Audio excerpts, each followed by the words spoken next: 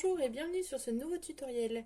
Aujourd'hui nous allons voir comment réaliser un point de broderie anglaise. Alors voilà ce que ça va donner. C'est un super beau point avec... ça fait des petits trous un peu comme de la dentelle et puis des mailles allongées ici. Donc ici on est sur des chaussettes. Vous pouvez bien sûr utiliser ce point pour faire plein de jolies choses. Alors, nous allons commencer tout de suite. Donc, pour faire ce point, c'est assez simple. Ça se travaille sur 4 rangs. Alors, ici, je fais une première maille. Donc, le premier rang, il va falloir faire 2 mailles ensemble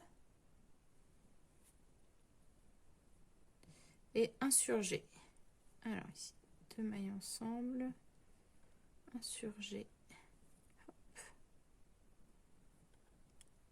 Ensuite, on va passer 4 mailles, donc 4 mailles en droit. Et on continue. 2 mailles ensemble, un surjet.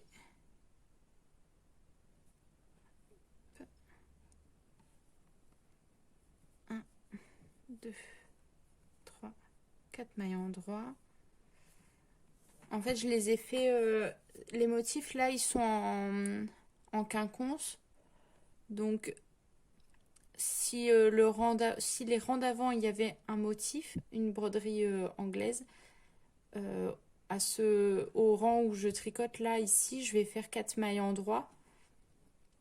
Et là où il y avait que des mailles en droit au rang précédent, je vais faire ma broderie anglaise. Donc ici, comme il y avait des mailles en droit, je vais pouvoir commencer mon motif de broderie anglaise. Donc ici, je vais faire 2 mailles ensemble et un surjet, etc. Vous faites ça sur tout le rang et on se retrouve juste ensuite. Alors maintenant que vous avez fait votre premier rang, on va attaquer le deuxième rang. Là, comme on est sur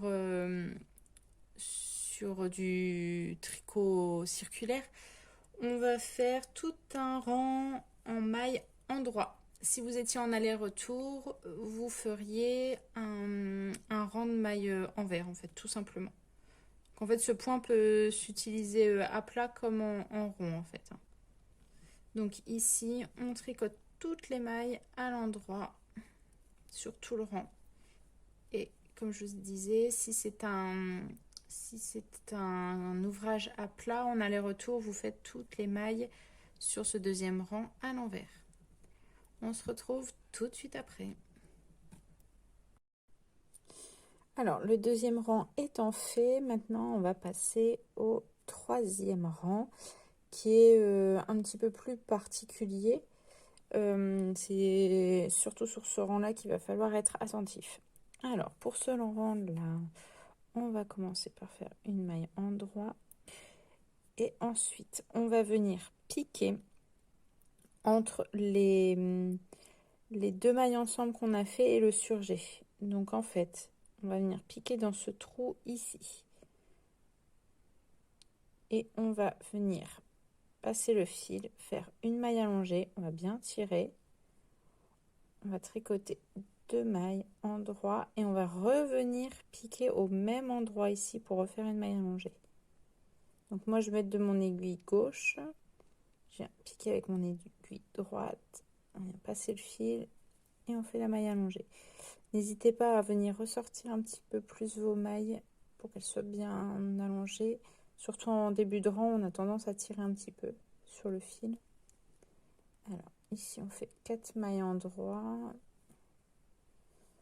4 et on recommence le motif. Donc on va venir piquer dans ce trou là, juste en dessous du brin du rang précédent.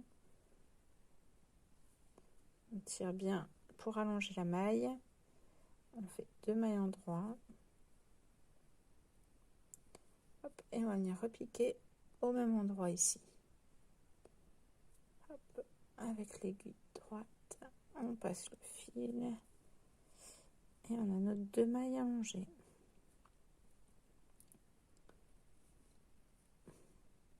On recommence le 4 mailles en droit. Hop.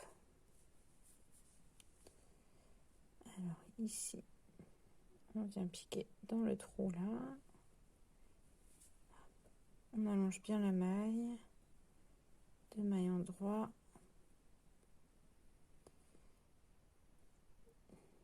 et le trou est ici, et la maille,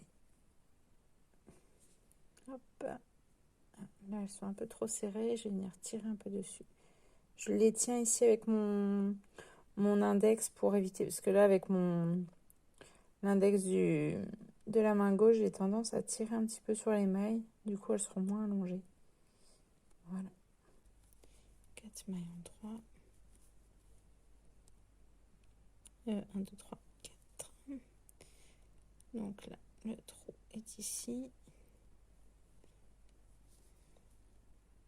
Une maille allongée, 2 mailles en 3. On voit bien. Hop. Et une deuxième maille allongée. Hop. Et voilà, donc vous faites ça sur tout votre rang. Moi, je fais sur l'arrière de la chaussette et sur le devant de la chaussette. Et on se retrouve pour le dernier rang, qui est un rang de mailles endroits.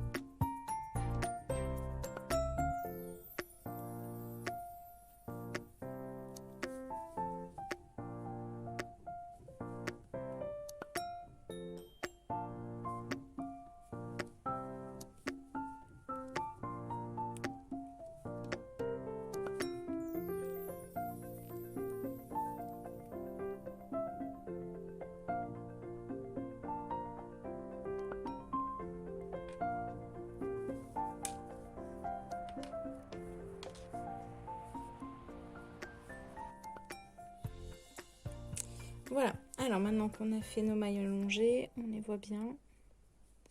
On va faire donc le dernier rang.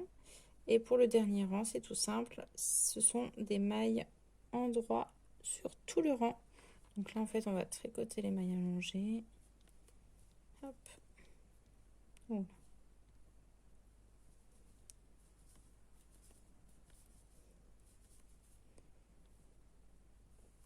On fait bien attention de tricoter d'abord la première maille allongée, les 2 mailles ensemble et la seconde maille allongée pour bien voir le motif. Sinon la maille allongée va venir en plein milieu du motif et c'est pas le but. Là, par exemple, des fois on voit le brin ici de la maille des mailles centrales, des mailles endroits qui ont été tricotées qui passe au-dessus. Donc là, je repasse ma maille allongée par-dessus et je la tricote. Je sais pas si on va encore le voir. Ouais, souvent ça fait ça d'ailleurs.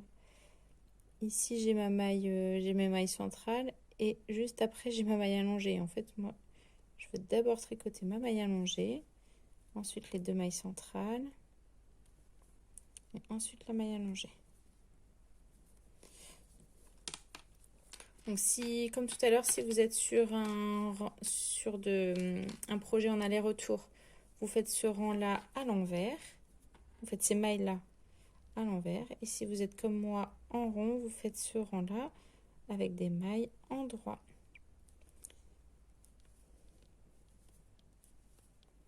Voilà, rien de bien compliqué pour ce point. Juste faire bien attention à tricoter ce dernier rang avec les mailles allongées comme il le faut. Et savoir, faut bien voir où piquer les mailles allongées surtout. C'est ça qui est un petit peu plus compliqué, mais une fois qu'on a bien vu où piquer, ça va tout seul.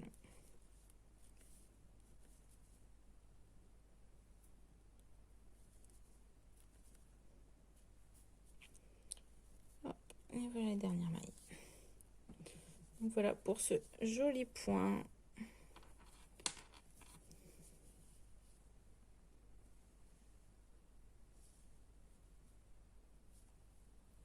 J'espère que ce tutoriel vous aura plu.